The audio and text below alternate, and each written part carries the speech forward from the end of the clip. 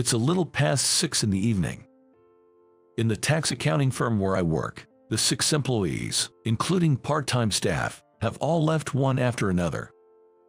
Once everyone was gone, I approached the lead employee, the equivalent of a CEO in a typical company, and asked Lucy what was all that about earlier. She then says, "I'll marry you." She declares this abruptly, effusively, and unilaterally, staring at me coldly. Let's turn back the clock about 5 years. At that time, I was hired fresh out of college by a certain mid-sized company. I didn't care what kind of business it was. All I wanted was a desk job.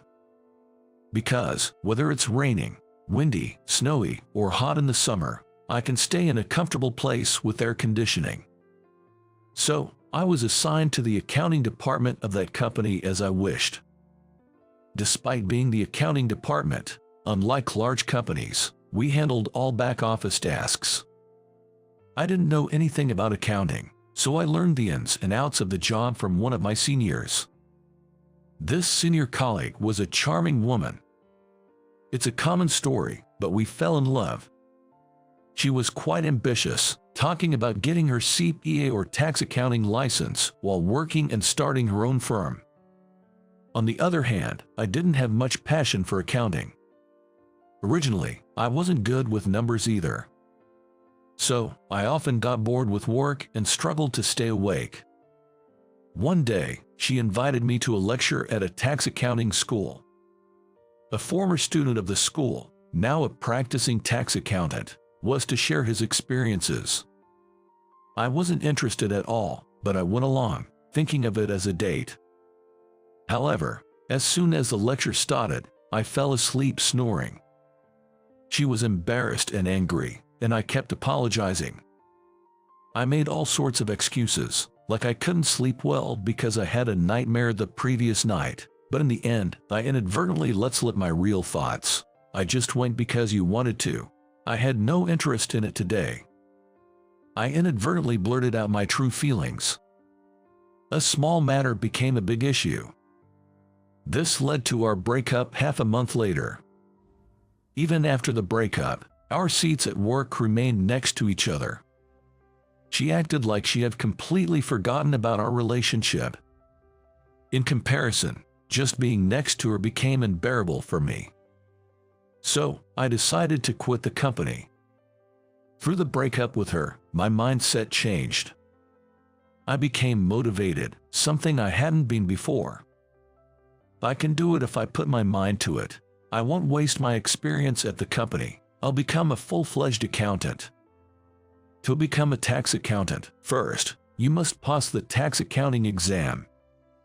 There are a total of 11 subjects on the exam, and the applicant must pass a total of 5 subjects, 2 required and 3 of the 9 elective subjects. You don't have to pass all 5 subjects at once. For example, you can take 1 subject each year for 5 years. After that, you register with the American Institute of Certified Public Accountants, and only then can you call yourself a tax accountant. So, after quitting my job, I decided to get by with part-time jobs without finding a new full-time job. I thought if I got a cozy job somewhere, I might give up on becoming a tax accountant. I'm not bragging, but I tend to be indecisive and weak-willed, so I thought I should cut off my means of retreat. For the shortfall in living expenses, I decided to live on my parents. I studied for the exam while working part-time. I worked hard, many times harder than I had studied for college entrance exams. And after 3 years, I passed the required 2 subjects. So, I decided to aim for passing the remaining 3 exams while studying in an environment where I could get hands-on experience with tax accounting. Then I applied for an assistant position with one of the tax firms. Most tax firms are sole proprietorships, but this one had just acquired corporate status. And the representative employee, or what would be called the CEO in a general company, was named Lucy. Including Lucy, it was a small office with about 5 employees. Lucy also conducted my job interview when I applied. I was 26 and she was 29. At first, I was nervous during the interview, clenching my fists on my lap, but seeing the relatively young Lucy relaxed me. When she began to read my resume across the desk, I relaxed and crossed my legs. Then she lifted her eyes from the resume and shot a sharp, stern look at my legs. Realizing that this was inappropriate, I immediately corrected my posture and sat properly on the chair. Man, I struggle with these types of people. She wasn't bad looking. In fact, she would be considered beautiful. She had a model-like face. Her nose slightly upturned seemed snobbish, but not in a bad way. But something about her was intimidating, or maybe too perfect, which I wasn't fond of. Do you get tired easily, Sam? I was puzzled by the unexpected question. Not really. I think I'm average. She explained that the job of a tax accountant requires concentration, and if one gets tired easily, it could lead to mistakes due to lack of attention. Now that I think about it, at my previous job, fighting off sleep was also part of the work. I joked, and she shot me the same sharp look as when I had crossed my legs. I regretted making unnecessary remarks and thought I had failed the interview. However, can you start from next week? Surprisingly, I was hired. Thus, I gained practical experience as an assistant to her and another accountant at her firm. I continued my studies for the tax accountant exam alongside it. I planned to pass the remaining 3 subjects one by one without pushing myself, over 3 years. And I set a new goal. That was to get married. Looking around, everyone was dating with marriage in mind, getting married soon, or already married. I was the only one without a partner and felt rushed. But more importantly, I believed that having a family, when I set up my tax accounting firm, would earn more trust from clients compared to being single. After working for over 6 months at her tax accounting firm, due to her policy, usually, if there was work left to be done, it would be turned over to the next day and everyone would go home on time. However, the busy period with overlapping client settlements was the exception. And on that day, even as the regular closing hour approached, work continued to drag on, and I couldn't concentrate on my work because I kept looking at the clock on the wall, worrying about the time. That's because, on that day, I had plans to attend a singles mixer after work. Sam, why are you only looking at the clock? You are not focused at all. After being scolded by her, I focused on the computer screen. I stopped looking at the wall clock. However, I kept looking at the time on the bottom right of the computer and couldn't get any work done. About 20 minutes past the closing time, I shut down my computer and walked over to her desk. Lucy, I'm sorry. I'll come in early tomorrow, so I'm leaving on time today.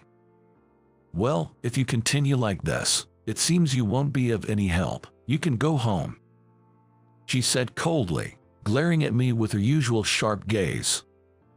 I rushed out of the office and hurried to the singles mixer venue. I slid into the party just in time for the start.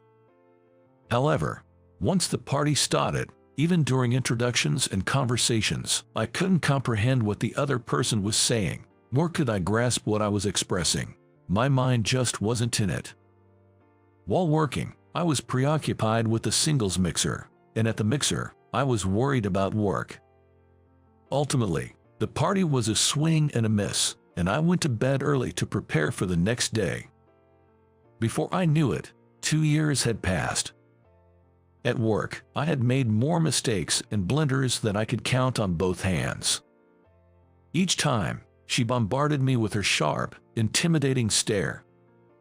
My search for a partner was also going unsuccessfully, and I haven't even found a potential marriage partner. However, my tax accountant exams were going smoothly, with only 1 subject left after passing 2. One day, I was having dinner at a restaurant near the station while reading my textbook. Thinking I should jot this down, I attempted to pull out my usual notebook from my bag. Then, I realized I had left my notebook at the office. So, after finishing my meal, I went back to the office. I thought everyone had left, but the lights in the office were still on. As I was about to open the office door, "What do you mean, quitting all of a sudden?" I heard her yelling inside. I couldn't help but listen in on the scene. She was talking to the only other tax accountant male employee in the office beside her. I had heard that he closed his own office to join her when she incorporated her private practice. That's because a tax accounting firm cannot incorporate without having at least 2 certified professionals on staff. She and the male employee were both former colleagues and rivals who had trained at the same firm. After each started their own practice, they referred clients to each other. As I was standing in front of the door, unable to enter the office, the door was abruptly opened from inside. "What is it, Sam? What are you doing?" "Jess, well, I forgot something and came back to get it." He didn't really listen to my reply and quickly left. When I looked inside the office, our eyes met. Her eyes, far from the usual sharp glare, were timid, full of sorrow. "Did you hear the conversation? Heard it, or more like, it was audible?" I answered honestly, and she regained her usual intimidating stare, glaring at me. "So, you heard it, didn't you?" When I replied yes, she explained the situation. Influenced by her father, who was a tax accountant, she aimed for the same path from a young age. She became a tax accountant in her mid-20s and started her own practice. Her firm was thriving, and the client base was expanding. Then, she thought about incorporating her firm. Incorporation has its pros and cons, but she chose to incorporate. To incorporate a tax accounting firm, at least 2 certified accountants must be on staff. So, Lucy reached out to her old acquaintance. He was also keen on the idea and closed his own office to join Lucy's firm. Since Lucy initiated this, by mutual agreement, she became the representative employee. However, he, who was once the sole proprietor of his own practice, became increasingly dissatisfied with being a staff employee as 1 or 2 years passed and finally declared he wanted to go independent again. If that's the case, why not just revert the office back to a sole proprietorship? I said, pulling out a forgotten notebook from the drawer of my desk. Lucy leaned back in her chair, hands clasped behind her head, and replied, "But you see, there isn't much difference between a sole proprietorship and a corporation in tax accounting terms. However, clients may perceive a downgrade in status if a firm switches from corporate to individual ownership." She definitely wanted to avoid that. While I was standing, holding the forgotten college notebook, she stood up, seemingly very curious. "Did you come back to get that because you forgot it? Is it, by any chance, a study notebook for an exam?" I nodded. "Let me see." I was a bit embarrassed because I had been studying on my own with commercially available texts and materials borrowed from the library, not attending any school or courses. "It's fine. Let me see how you are doing it on your own." "But it's kinda." She quickly snatched the notebook from my hand and nodded in understanding as she looked through it. "You'll definitely make it in the real exam with this." I was somewhat shaken by her kind words, words she had never said before. Was she just being nice because she felt awkward after hearing the conversation she wasn't supposed to hear? Her kindness was only for that moment. From the next day, she treated me with even sharper, harsher eyes, even for my minor mistakes and blunders. I, considering it a patience until I start my own office, paid no attention and devoted myself to work, study for the exam, and searching for a life partner. Another half-year or so had passed. The search for a life partner was utterly unfruitful, but I passed the last subject of the tax accountant exam. I have more than 3 years of practical experience and can register as an accountant if I apply. We never had any end-of-year parties or office drinking parties, partly due to Lucy's policy. However, for some reason, on this day, we finished our work early and had a modest drinking party in the office. Catering and alcoholic beverages were provided. After everyone toasted with beer, Lucy slowly began to speak. "Everyone, thank you for always working hard." Lucy bowed deeply, and everyone responded accordingly. "Please, help yourselves to the food and listen while you eat."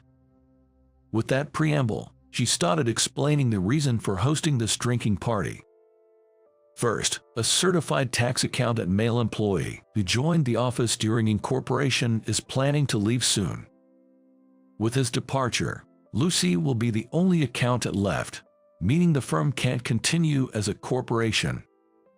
But that doesn't mean it will affect your conditions immediately. However, personally, I don't want to lose the corporate status. After saying this, she sent me her usual sharp look. To my surprise, I received an offer from someone unexpected. It's Sam. Then she announced that even after I register as an accountant, I would remain a tax accountant in this firm. Everyone in the room clapped, patted my shoulder joyfully, and shook my hand. I never said a word about staying in this firm. Confused and bewildered, I looked at her. She was smirking, a knowing smile on her face. What was that all about earlier? I haven't heard anything, let alone been consulted by you. I confronted her after everyone had left following the party. So, you don't want to be our company's tax accountant? No, I have my own life plan. Then, I explained it to her. My goal is to become a tax accountant and to open my own office. Before setting up the office, I intend to find a spouse and start a family to appeal more to clients. So, how are things currently? So I've passed the tax accountant exam. Now I just need to find a spouse. Then I'll marry you," she said, glaring at me coldly, abruptly, forcefully, and unilaterally.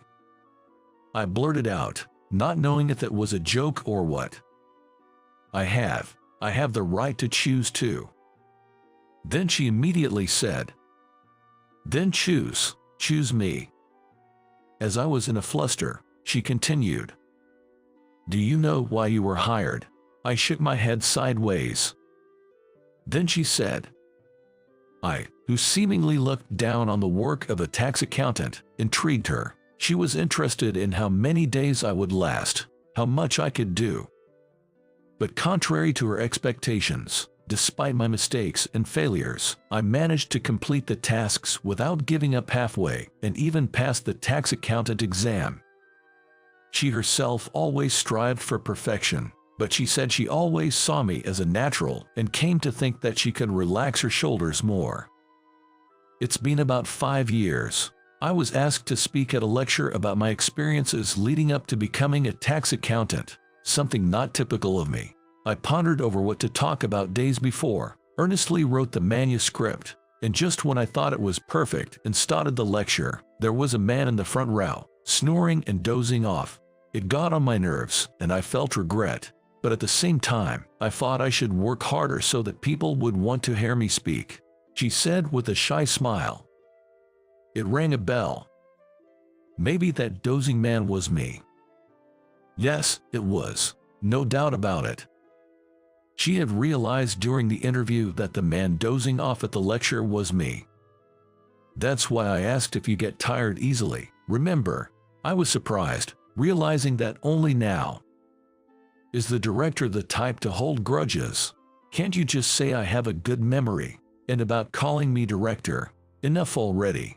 So, even now, as a tax accountant, I'm still working in her office. When I call her by her name at the office, I always get scolded afterward.